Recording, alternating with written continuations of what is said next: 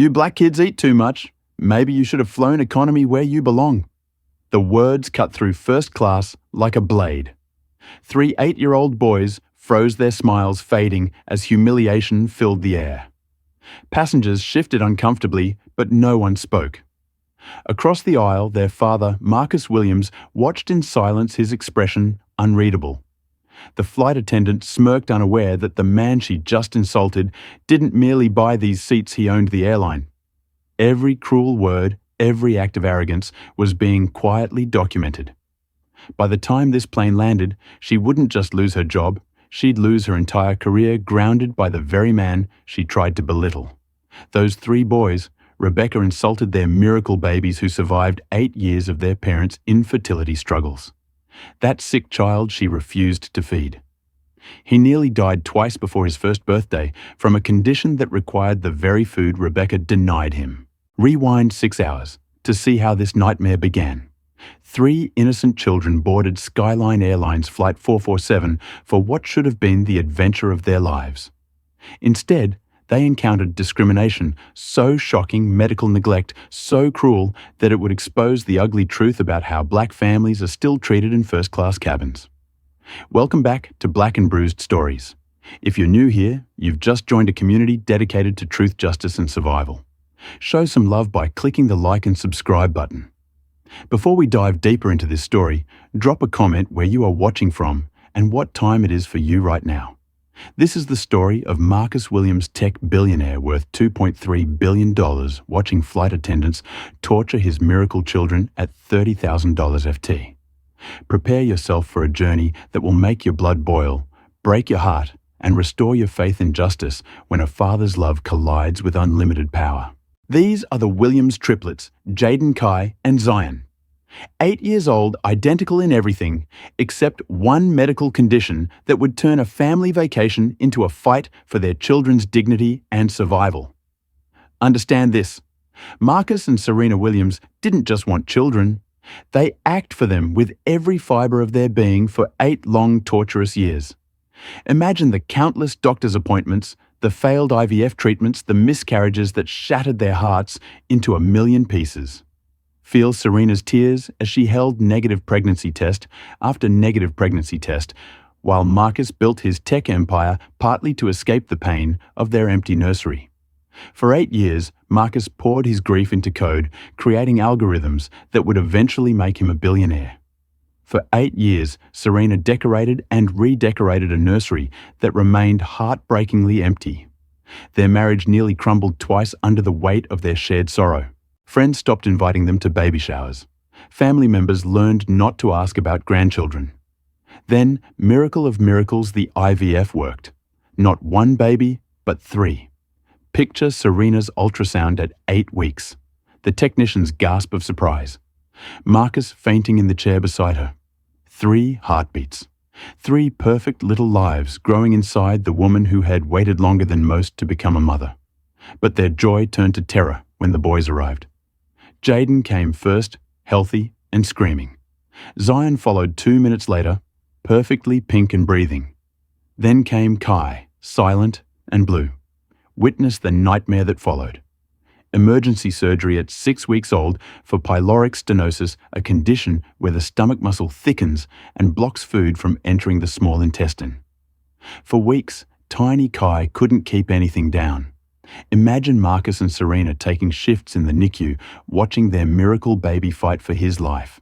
The doctors explained that Kai would need to eat small amounts frequently for the rest of his life, or risk violent vomiting that could be life-threatening. They nearly lost him twice before his first birthday. Now 8 years old, the triplets are Marcus and Serena's entire world. Jaden, the natural leader with his father's sharp mind and protective instincts.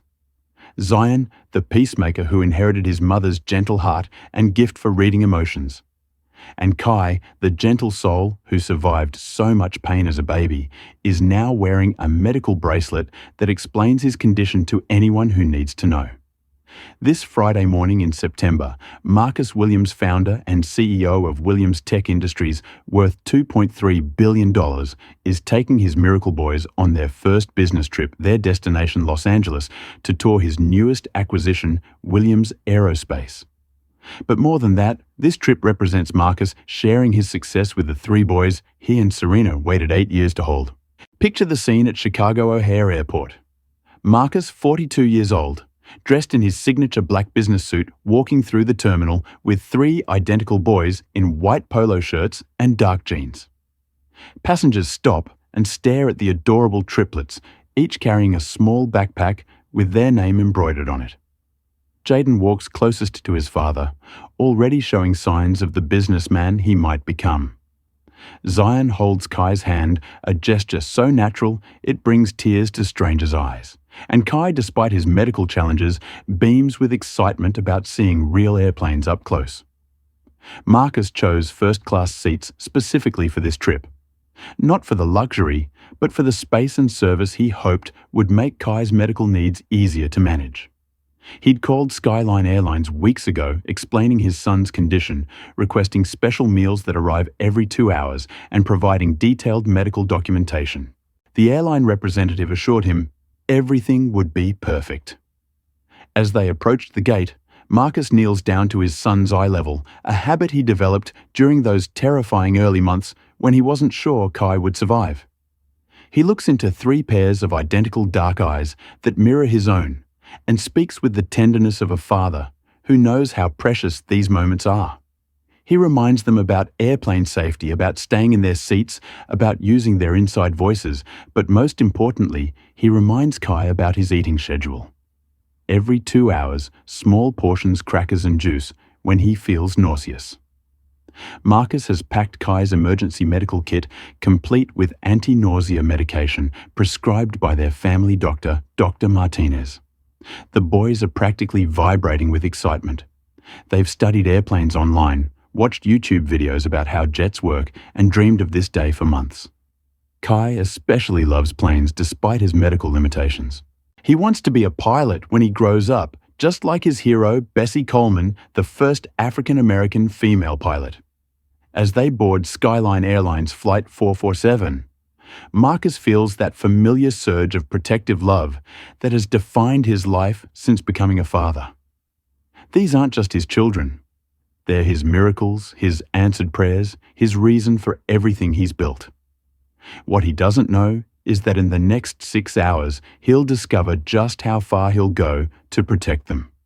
Remember this moment of pure joy and anticipation, because what happens next will shatter this family's faith in humanity and test every ounce of Marcus Williams' legendary self-control.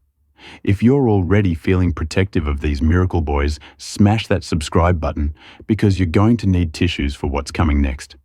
This story gets so much more intense, and I promise you've never heard anything like what these flight attendants did to little Kai Williams.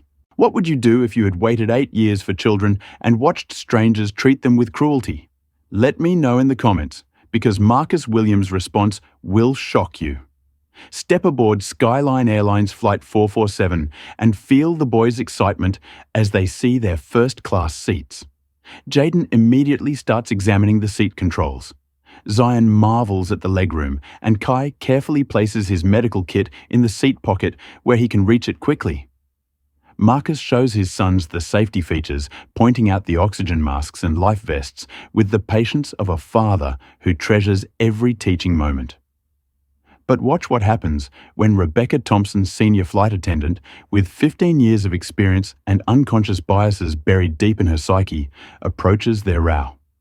Rebecca sees a black man with 3 children in first class, and her first thought isn't welcome aboard. It's suspicious. It's the toxic assumption that they don't belong here.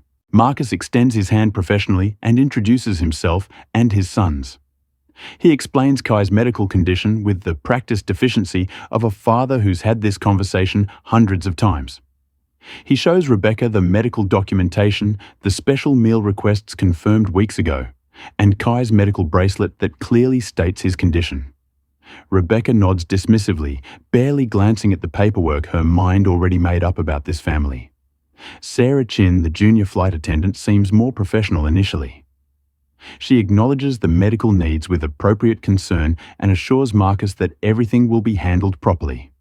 But notice how she doesn't take notes, doesn't ask follow-up questions, and seems nervous around Rebecca's obvious disapproval. The flight takes off smoothly. The boys press their faces to the windows, watching Chicago disappear beneath them.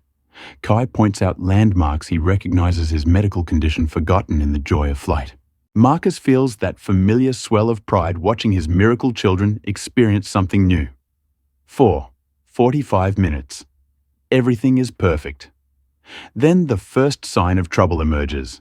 It's been exactly 2 hours since the boys' last meal, and Kai's internal clock is as precise as any medical equipment. His little stomach begins to cramp, and he knows from experience that he needs food soon or he'll start feeling sick. Hear the politeness in 8-year-old Kai's voice as he presses his call button and asks Sarah for his special crackers. His words are careful and respectful, exactly as his parents taught him. But watch Sarah's uncertain response as she glances nervously at Rebecca, then tells Kai that meal service doesn't start for another hour. She doesn't remember his medical condition clearly and is afraid to make decisions without Rebecca's approval.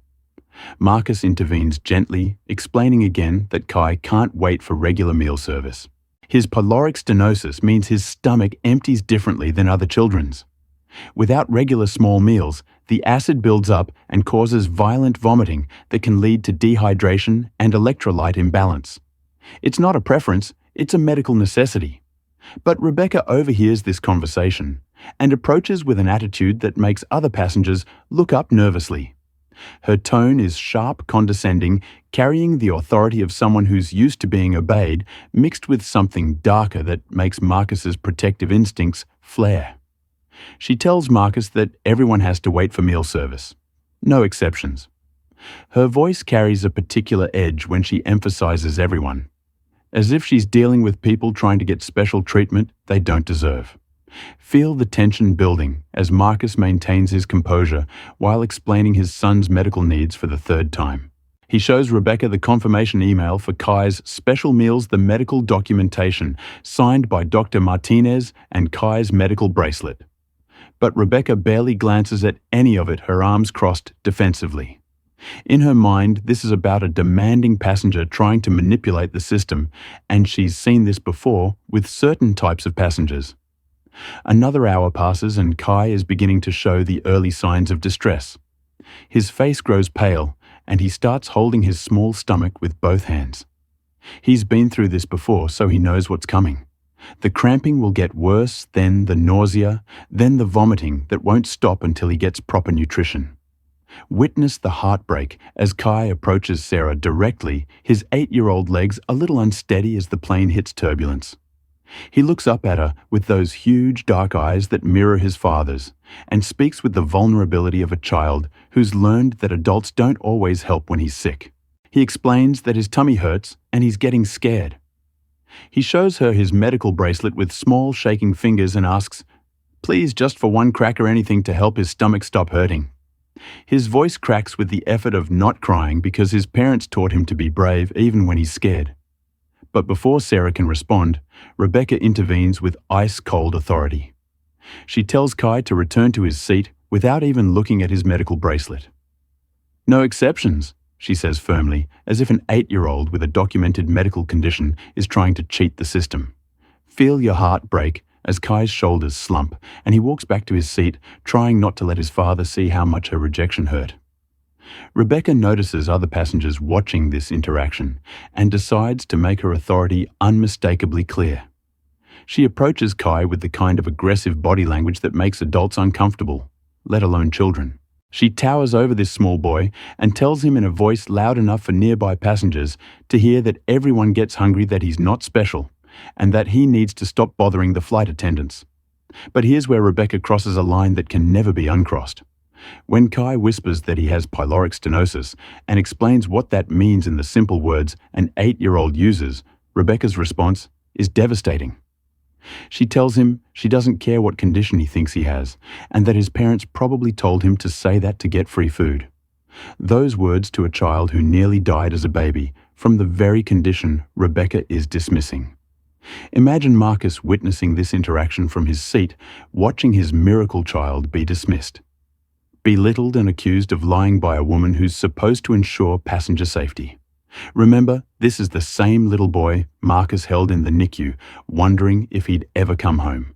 This is the child who survived surgery at 6 weeks old, who fought for every ounce of weight gain, who learned to eat carefully and purposefully because his life depends on it. The next part of this story will test your faith in humanity. Because what Rebecca Thompson does next to a sick 8-year-old boy will make you question how we train airline employees and how we protect our most vulnerable passengers. 30 minutes later, Kai can't sit still anymore. The cramping in his stomach has intensified and he knows from experience that he's approaching the point of no return.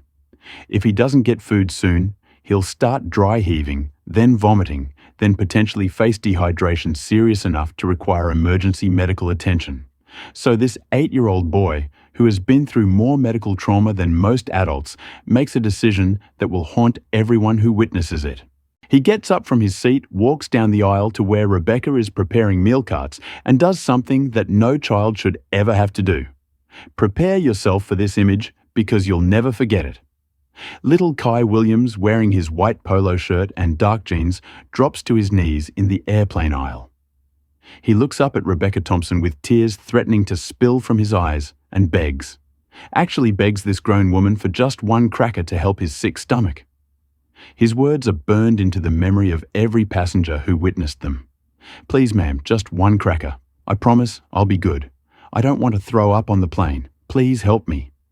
This child who survived surgery as a baby, who fights a medical condition every single day, who has never asked for anything he didn't desperately need, is kneeling in an airplane aisle begging for food that could prevent a medical emergency.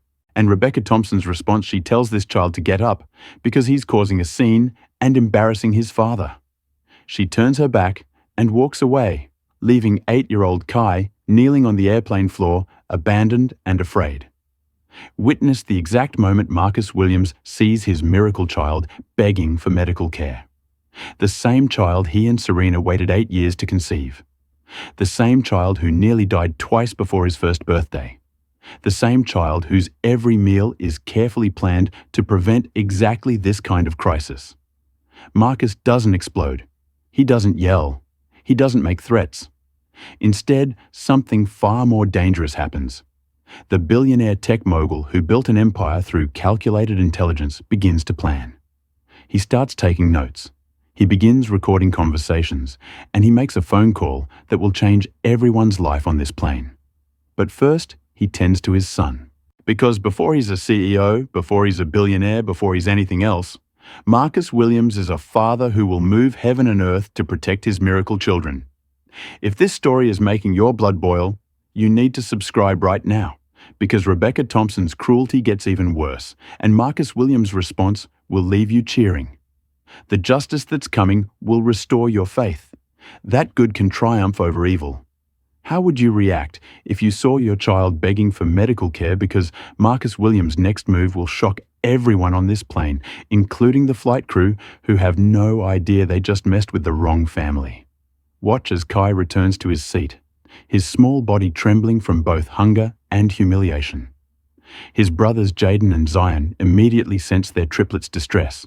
These boys share a bond that goes beyond typical siblings. They survived the same desperate years of their parents' infertility struggles, and they've watched Kai fight his medical condition their entire lives. Jaden, the natural leader, wraps his arm around Kai's shoulders and whispers fierce promises that everything will be okay. Zion the peacemaker starts rubbing Kai's back in gentle circles, the same way their mother Serena does when Kai has bad nights. But they're 8 years old, and there's only so much comfort they can provide when their brother's medical condition is spiraling out of control. Marcus makes his first phone call, and listen to the controlled fury in his voice as he speaks to his assistant, Jennifer Martinez, back in Chicago. He doesn't raise his voice, doesn't use profanity, but every word carries the weight of a father whose child is suffering. He asks Jennifer to pull up the Skyline Airlines acquisition documents, the contracts that made him the majority shareholder of this very airline just 3 months ago. But the second call breaks your heart. Hear Marcus's voice crack as he calls his wife Serena, the woman who waited 8 years to become a mother who spent countless nights in the NICU watching Kai fight for his life. He tells her that their miracle baby is being denied the medical care he needs, that flight attendants are treating their precious boy like he's lying about his condition. Serena's response comes through the phone speaker loud enough for the boys to hear. "Marcus, protect our babies. Do whatever you have to do. Those boys are our entire world." Her voice carries the fierce love of a mother who knows exactly what it cost them to have these children, and exactly how much Kai has already suffered in his short life. The third call is to Dr. Rodriguez Martinez, the pediatric gastroenterologist who performed Kai's surgery as a baby and has monitored his condition for 8 years. Listen to the urgency in Marcus's voice as he explains the situation. His son hasn't eaten in 4 hours, is showing signs of distress, and airline staff are refusing to provide the medically necessary meals that were pre-ordered and confirmed. Dr. Martinez's response is immediate and terrifying. Kai is approaching a medical emergency. Children with pyloric stenosis who go too long without eating can develop severe dehydration electrolyte imbalances and metabolic acidosis. The doctor demands to speak directly to the flight crew to explain the medical necessity of immediate feeding. But when Marcus approaches Rebecca with the phone asking her to speak with Kai's doctor, Rebecca's response reveals the true depth of her prejudice and cruelty. She refuses to take the call. She tells Marcus that she's not going to be manipulated by made-up medical emergencies. She accuses this billionaire father of coaching his child to fake a condition for special treatment. Feel the moment when Rebecca Thompson seals her fate. Because in that instant, she doesn't just dismiss a child's medical needs. She accuses a family that has survived 8 years of infertility, multiple surgeries, and countless medical appointments of lying about their son's life-threatening condition. Meanwhile, Kai's condition deteriorates rapidly. Witness what happens when a child with pyloric stenosis goes too long without eating. First, the stomach cramps intensify until Kai is doubled over in his seat, tears streaming down his face. Then comes the dry heaving, his small body convulsing as his empty stomach tries to expel acid that has nowhere to go. Other passengers begin to notice and express concern. A woman who is a pediatric nurse offers to help, but Rebecca blocks her access to Kai, claiming that allowing unauthorized medical intervention violates airline policy. A businessman in seat 2A starts filming Rebecca's behavior on his phone, documenting evidence that will soon be crucial. Observe the exact moment when Kai's condition becomes a full medical emergency. He starts vomiting bile, his body going limp with dehydration. His medical bracelet catches the light as his small hand falls to his side. The engraved words, "Pyloric stenosis frequent feeding required visible to everyone except the flight attendants who refuse to look."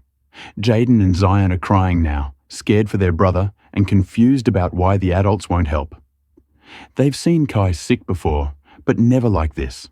Never when help was available, but being deliberately withheld.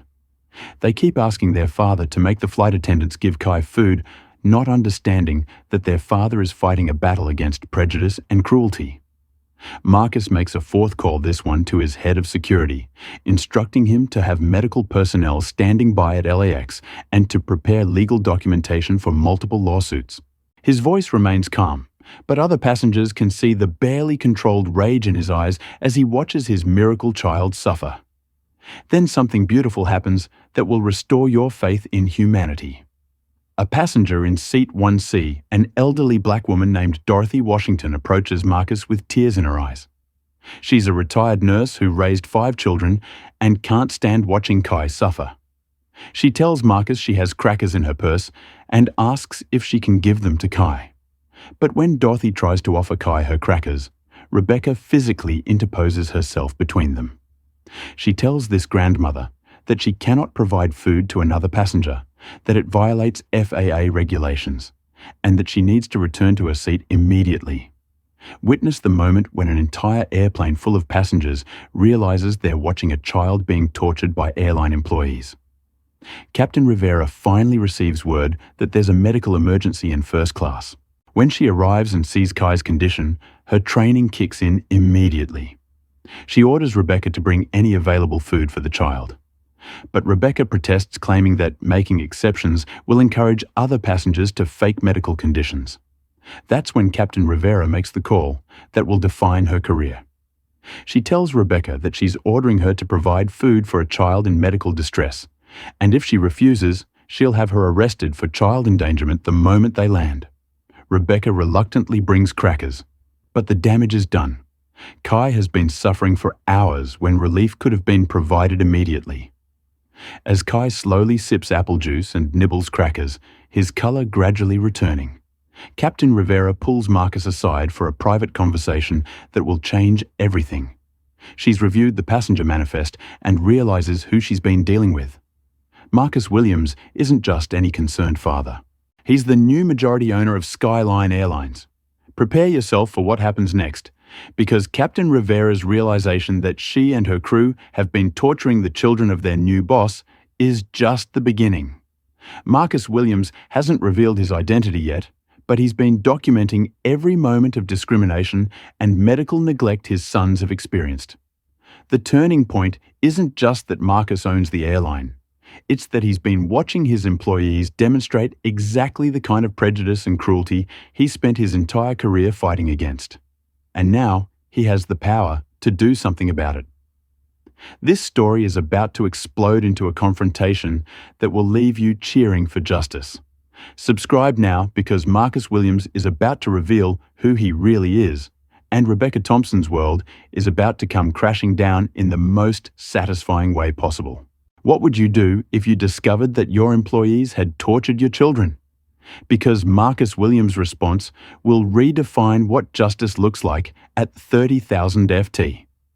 Witness the moment when everything changes on Skyline Airlines. Flight 447. Captain Rivera approaches Marcus with the recognition dawning in her eyes, her face pale with the realization of what has just happened under her command. She spent 15 years flying for various airlines, and she's never seen anything like the systematic cruelty her crew has shown to these children.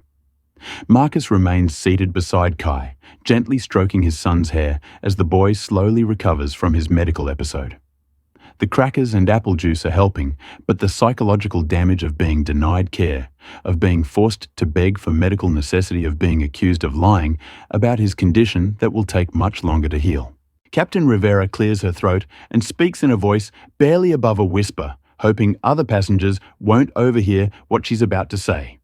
"Mr. Williams, I believe there's been a terrible misunderstanding. I've just reviewed our passenger manifest more carefully, and I realize that your company." But Marcus raises his hand, stopping her mid-sentence. His voice is calm, controlled, but every passenger in first class can hear the steel beneath his words. "Captain Rivera, there's been no misunderstanding. I've been sitting here for 4 hours watching exactly how your crew treats black children in first class. I've been taking notes on how your employees respond to medical emergencies, and I've been documenting every moment of discrimination my sons have experienced." Feel the silence that falls over the first-class cabin as other passengers realize they're witnessing something historic. The businessman in 2A continues filming. Dorothy Washington, the retired nurse, moves closer to hear every word. Even the passengers who initially complained about the boys being too noisy are now watching with rapt attention. Marcus stands slowly, his 6'2" frame imposing even in the confined space of the airplane cabin. He looks directly at Rebecca Thompson, who is suddenly trying to make herself invisible behind the meal cart. "Rebecca, would you like to know who I am? Would you like to understand exactly whose children you've been tormenting for the past 4 hours?" Rebecca's face goes ashen as the pieces begin falling into place. The platinum corporate credit card, she dismissed the private phone calls to assistants and security teams. The calm, controlled demeanor of someone used to wielding power. But it's too late for Rebecca to backpedal now. Her behavior has been witnessed and documented by an entire cabin full of passengers. Marcus reaches into his briefcase and pulls out a leather portfolio. He opens it slowly, deliberately, giving Rebecca time to understand that her world is about to change forever. I am Marcus Williams, founder and CEO of Williams Tech Industries. 3 months ago, my company acquired 60% of Skyline Airlines. That makes me your boss, Rebecca. And for the past 4 hours, I've been watching you torture my children. The reaction is immediate and electric. Passengers gasp audibly. Sarah Chin drops the safety demonstration cards she was holding. Rebecca's legs actually buckle, and she has to grab the seat back to keep from falling. But Marcus isn't finished. These 3 boys in white polo shirts and jeans, they're not just passengers, Rebecca. They're my miracle children. My wife and I tried for 8 years to have them. 8 years of failed treatments, miscarriages, and heartbreak. When they finally arrived, one of them nearly died from the same condition you've been dismissing all afternoon. Listen to the emotion creeping into Marcus's voice as he continues. His love for his son's evident in every word. Kai has pyloric stenosis. He's had it since birth. He's had multiple surgeries.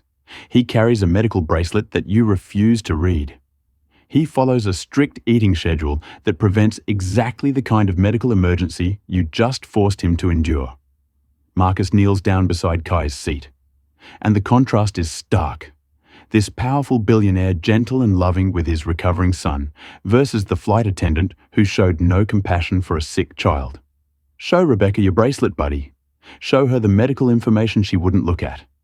Kai, still weak, but recovering, holds up his small wrist with the medical bracelet clearly visible. The engraving reads, Kai Williams pyloric stenosis. Frequent feeding required. Emergency contact. Dr. Martinez. Every passenger can see it now. This clear medical documentation that Rebecca dismissed. Rebecca, my 8-year-old son, got on his knees in this aisle and begged you for food that could prevent a medical emergency. He showed you his medical bracelet and explained his condition in his own words. And you told him you didn't care what condition he thought he had and accused his parents of coaching him to lie. The shame on Rebecca's face is visible to everyone. But Marcus continues with the methodical precision of a man who has built an empire through careful planning and execution. Sarah, you're the junior flight attendant, but you're also responsible for passenger safety. You saw a child in medical distress and did nothing because you were afraid to contradict Rebecca's authority. Sarah starts crying quietly, finally understanding the magnitude of what she allowed to happen through her inaction. Marcus's voice remains measured, but there's steel in every word. I don't want apologies. I want accountability because what you've done today isn't just poor customer service. It's discrimination. It's medical neglect. And it's exactly the kind of systemic prejudice that my company will no longer tolerate. Observe the ripple effect throughout the cabin as Marcus's words sink in. Other passengers are nodding in agreement, some filming with their phones, others openly crying as they fully understand what these children have endured. The elderly woman Dorothy speaks up with the moral authority of someone who has lived through decades of discrimination. I've never seen anything like what I witnessed today. That flight attendant should be ashamed of herself. But Marcus saves his most devastating words for last, and they're delivered with the quiet authority of someone who has the power to back up every promise he makes. Rebecca, in 15 minutes, this plane will land at LAX. When we deplane, you'll find security officers waiting to escort you from the premises. Your employment with Skyline Airlines is terminated immediately. Rebecca tries to protest to claim that she was just following procedures, but Marcus cuts her off with surgical precision. The procedures were clear, Rebecca. Accommodate passengers with medical needs. Provide requested meals for documented conditions. Treat all passengers with dignity and respect. You violated every one of those procedures because you saw a black father with 3 black children in first class and decided we didn't belong there. Sarah, you're suspended pending a full investigation. Your fear of confronting Rebecca's prejudice doesn't excuse your failure to protect a child in medical distress. Captain Rivera, you'll be required to undergo additional training on medical emergencies and crew management. But you get to keep your job because you ultimately did the right thing when it mattered. The transformation in the cabin is complete. Rebecca, who strutted around with authority just hours before, is now slumped in defeat. tears streaming down her face as she realizes the magnitude of her cruelty and its consequences. Sarah is quietly crying, finally understanding what her silence and inaction cost. Captain Rivera stands at attention, accepting responsibility for her crew's failures. But the most important transformation is in the three little boys who started this flight. Excited about their first business trip, Jaden and Zion are looking at their father with a new understanding of his power and their own worth. And Kai, still recovering from his medical episode, looks up at Marcus with absolute trust and love. Prepare yourself for the conclusion of this story, because we're about to see what real justice looks like when a father with unlimited resources decides to protect his miracle children. The aftermath of this flight will change airline policies and careers, and prove that sometimes good really does triumph over evil. If you're cheering for Marcus Williams right now, smash that subscribe button, because the ending of this story will leave you with tears of joy and a restored faith that parents will move mountains to protect their children. What's the most powerful thing someone has ever done to protect their children? Because Marcus Williams isn't finished yet, and what he does next will create ripple effects throughout the entire aviation industry. Experience the final 15 minutes of Flight 447 as Marcus Williams transforms from passenger to protector to the architect of systematic change. The plane is beginning its descent into Los Angeles. But the real journey, the one toward justice and accountability, is just beginning. Marcus returns to his seat beside his sons and witness the gentle way he checks on each of them. He touches Kai's forehead to check for fever, asks Jaden how he's feeling about what he witnessed, and wraps Zion in a hug when he sees tears in his youngest son's eyes. Because before everything else, Marcus is a father, and his children's well-being comes before any corporate power or public justice.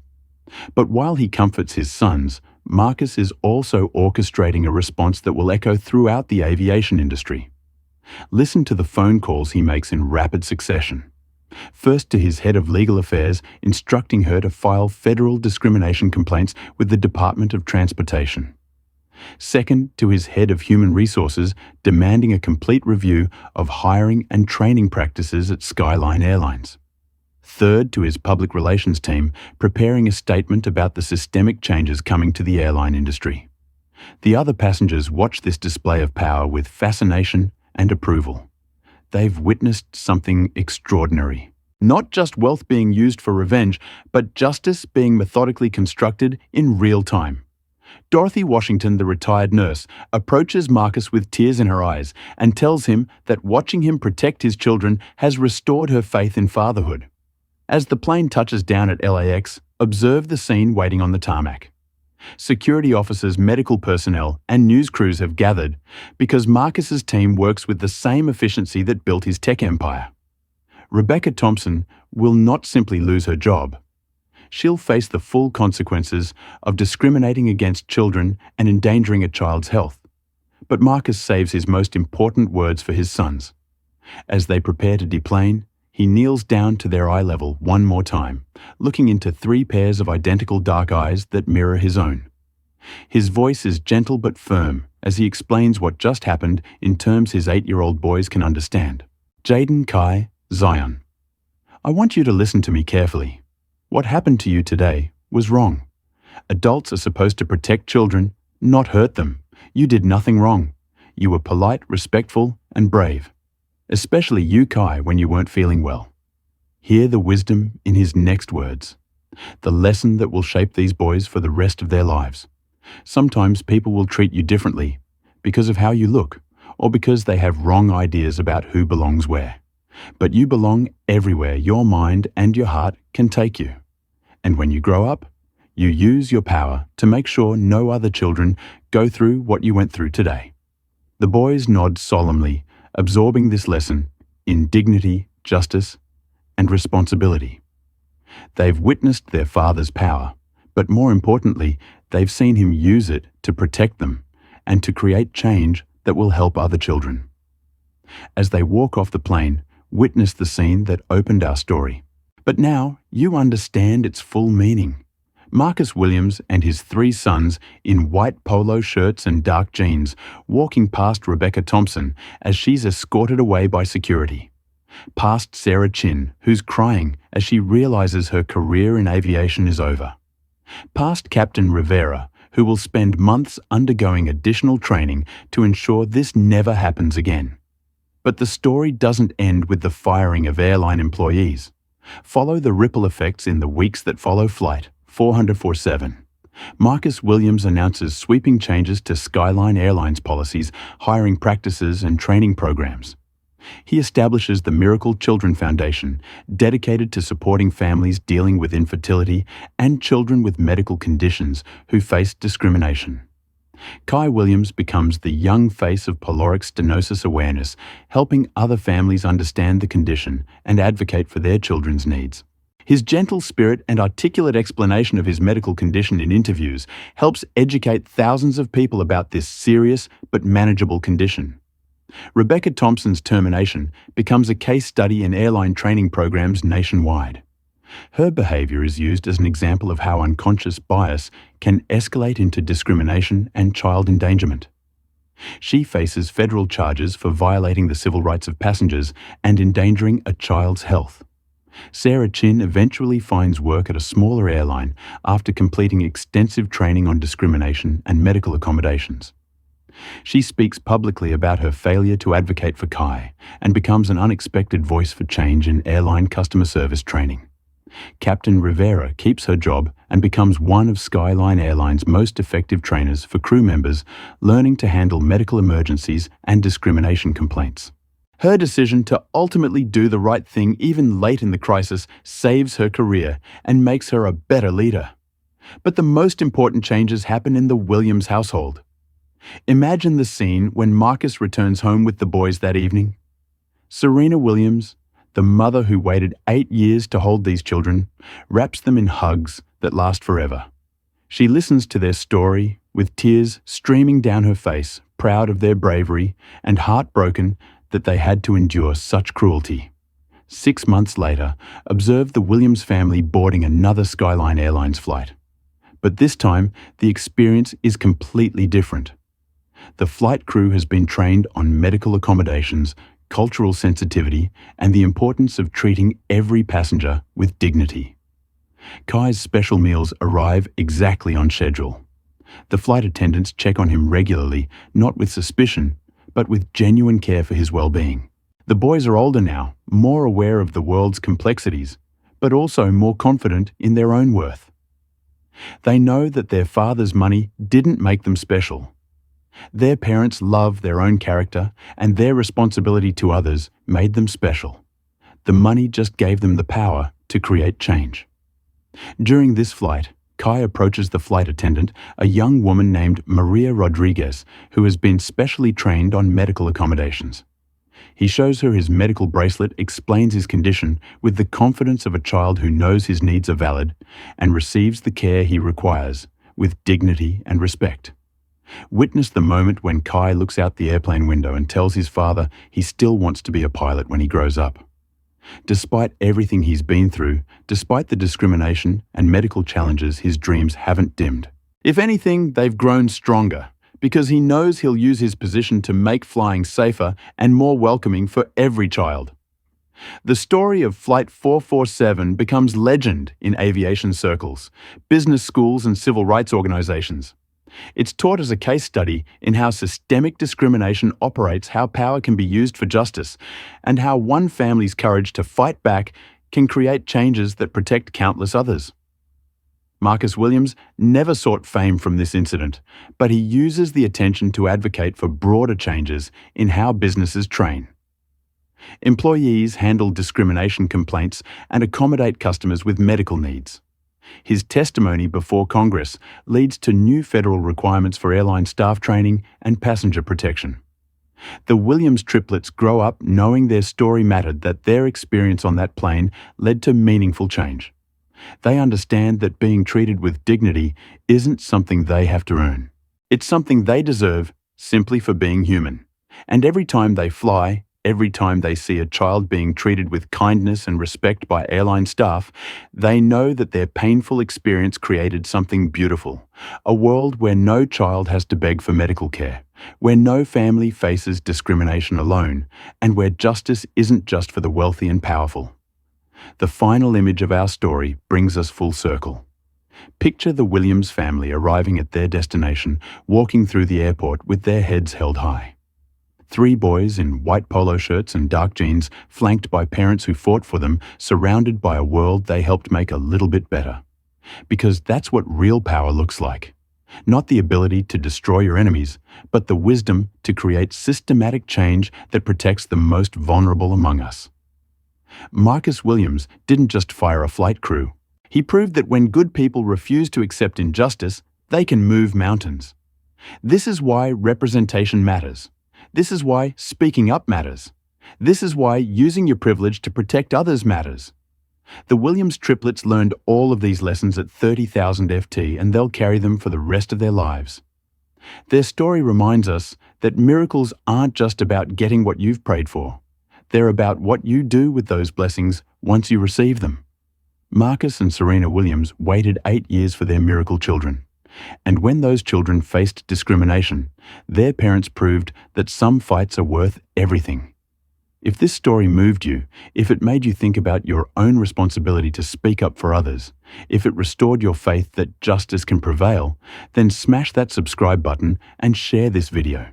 Because stories like this need to be told, remembered, and used to inspire change. The Williams triplets are teenagers now, all pursuing their dreams with the confidence that comes from knowing they're loved, supported, and capable of changing the world. Kai is indeed studying to become a pilot. Jaden is interested in business and social justice. And Zion is exploring medicine with a focus on helping children with rare conditions. Their parents' love gave them life. But their experience on Flight 447 gave them purpose, and that purpose continues to ripple out into the world, making it safer and more just for every child who follows in their footsteps. What would you have done if you were on that plane and witnessed what happened to the Williams boys? Would you have spoken up? Would you have recorded the discrimination? Would you have offered help when flight attendants refused to provide it? Leave your thoughts in the comments below, because every voice matters in the fight against injustice. And remember, you don't have to be a billionaire to make a difference. You just have to be willing to speak up when you see something wrong, to treat every child with dignity, and to use whatever power you have to protect the vulnerable.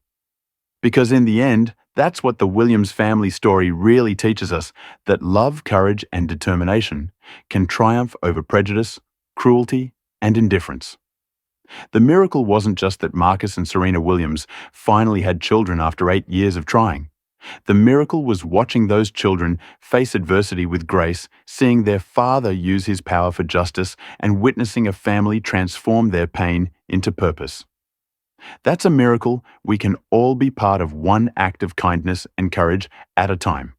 But our story doesn't end with justice served at 30,000 FT.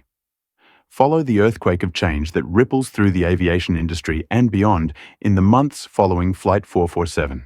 Because when a billionaire father decides to transform an entire system to protect children like his, the effects reach far beyond one airline. Witness the scene 6 months later at the Federal Aviation Administration headquarters in Washington, D.C. Marcus Williams, dressed in his signature black suit, sits before a congressional subcommittee on transportation safety. But he's not alone. Beside him sits 8-year-old Kai Williams, now a confident young advocate who has found his voice through his pain. Listen as Kai explains his medical condition to senators and representatives in words that are both simple and powerful. My name is Kai Williams, and I have something called pyloric stenosis. It means my stomach is different, and I need to eat small amounts of food every 2 hours, or I get very sick. On the airplane, I showed the flight attendant my medical bracelet and asked for help, but she told me she didn't care about my condition and that I was lying. The room is silent as this articulate child continues. I had to get on my knees and beg for one cracker while I was getting sicker and sicker. No child should ever have to do that. That's why my daddy and I are here today, so no other kids like me have to go through what I went through. Observe the faces of the legislators as they realize they're not just hearing about policy changes. They're listening to a child who survived systematic discrimination and medical neglect. Senator Maria Rodriguez wipes tears from her eyes as she asks Kai about his dreams for the future. "I still want to be a pilot," Kai says with the determination that has carried him through surgery medical challenges and now advocacy. "But when I grow up and fly planes, I'm going to make sure every child feels safe and welcomed, no matter what they look like or what medical conditions they have." The result of this testimony is the Williams Act for Passenger Protection groundbreaking legislation that requires comprehensive discrimination training for all airline employees, mandatory medical accommodation protocols, and federal oversight of airline responses to passenger complaints involving children and medical needs. But follow the story deeper, because the changes go beyond legislation. Step inside the Rebecca Thompson Community Center in South Los Angeles, a facility funded by the Williams Foundation and built in the neighborhood where Rebecca grew up. Yes, the same Rebecca Thompson who tormented the Williams children now has a community center named after her, but not for the reasons you might expect. Discover the twist that will restore your faith in redemption. After losing her job and facing federal charges, Rebecca Thompson spent 6 months in court-ordered counseling to address her implicit biases and discriminatory behavior. But something profound happened during those sessions. She began to understand the deep-seated prejudices that had shaped her actions, the assumptions she'd made about who belonged in first class, and the devastating impact of her cruelty on a sick child. Witness Rebecca's transformation as she volunteers at the very community center named after her. Working with children from underprivileged backgrounds who dream of careers in aviation, she teaches them about airline safety, helps them with homework, and most importantly, tells them her story not as a victim, but as someone who learned the hard way that prejudice hurts everyone it touches. I was the flight attendant who refused to help Kai Williams. She tells a group of 10-year-olds during story time, "I let my wrong ideas about who belonged where stop me from seeing a sick little boy who just needed help. I want you to learn from my mistake. Always treat everyone with kindness, no matter what they look like or where they come from." The children listen with wide eyes, not knowing they're hearing from someone whose story has become a cautionary tale taught in diversity training programs across the country. But they understand the lesson that everyone deserves dignity and respect. Experience the emotional moment when Marcus Williams visits the community center for its grand opening. He brings Jaden, Kai, and Zion with him, now 9 years old and even more inseparable than before. When the boys see Rebecca reading to children in the corner, there's a moment of recognition that could go either way. But witness what happens next, a scene that will move you to tears. Kai approaches Rebecca slowly, his brothers flanking him for support. He looks up at the woman who once made him beg for food and speaks with the wisdom of a child who has learned forgiveness. "Miss Rebecca," he says quietly, "my daddy told me you help kids here now. I'm glad you learned to be kind." Then, in a gesture that surprises everyone, including his parents, Kai extends his small hand for a handshake. "I forgive you." Rebecca breaks down completely, taking Kai's small hand in both of hers. "I'm so sorry," she whispers through tears. "You were just a little boy who needed help, and I failed you. But I promise I'll spend the rest of my life making sure no other child goes through what you did." Follow the ripple effects that continue to spread. Sarah Chin, the junior flight attendant who failed to speak up, has become one of the aviation industry's most sought-after trainers on bystander intervention and moral courage. She travels to airlines across the country, teaching employees that silence in the face of discrimination makes them complicit. "I watched a child suffer because I was afraid to contradict my supervisor." She tells groups of flight attendants during training sessions, "My silence allowed Rebecca's prejudice to nearly kill an 8-year-old boy." Never let fear of confrontation stop you from protecting a passenger, especially a child. Captain Rivera has risen to become Skyline Airlines Director of Safety and Inclusion, overseeing the most comprehensive anti-discrimination training program in the aviation industry. Every new hire at Skyline Airlines learns about Flight 447, about the Williams family, and about their personal responsibility to treat every passenger with dignity. The final lesson of Flight 447 isn't just about discrimination or medical advocacy or even justice. It's about the power of families who refuse to let their suffering be meaningless, who transform their trials into triumph, not just for themselves, but for every family who comes after them. As the plane begins its descent into Los Angeles, picture the Williams family walking through LAX, not as the traumatized passengers they once were, but as the advocates, changemakers, and symbols of hope they've become. Behind them walk 12 other families, all confident that their children's medical needs will be respected, all protected by the changes one family's courage created. That's the true miracle of the Williams triplets. Not just that they survived 8 years of their parents' infertility struggles. Not just that Kai overcame his medical challenges, but that they used their experience to build a world where no child has to beg for dignity, where no family faces discrimination alone, and where justice extends beyond the wealthy and powerful to protect every vulnerable person who needs an advocate. The story of Flight 447 will be told for generations, not just as a tale of discrimination overcome, but as proof that when good people refuse to accept injustice, when families stand together in the face of adversity, and when individuals use their power to protect the vulnerable, they really can change the world. And somewhere in that LAX terminal, walking confidently toward their next adventure, 3 teenage boys in matching t-shirts that read Miracle Children Foundation carry forward a legacy that started with their parents' 8-year wait for them and continues with their own commitment to ensuring that every child, regardless of race, medical condition, or family circumstances, has the right to be treated with dignity, respect, and love. That's not just a story, that's a movement. And it all started with 3 8-year-old boys of father's love and the understanding that some fights are worth everything because they protect everyone who comes after you. Until we see you again.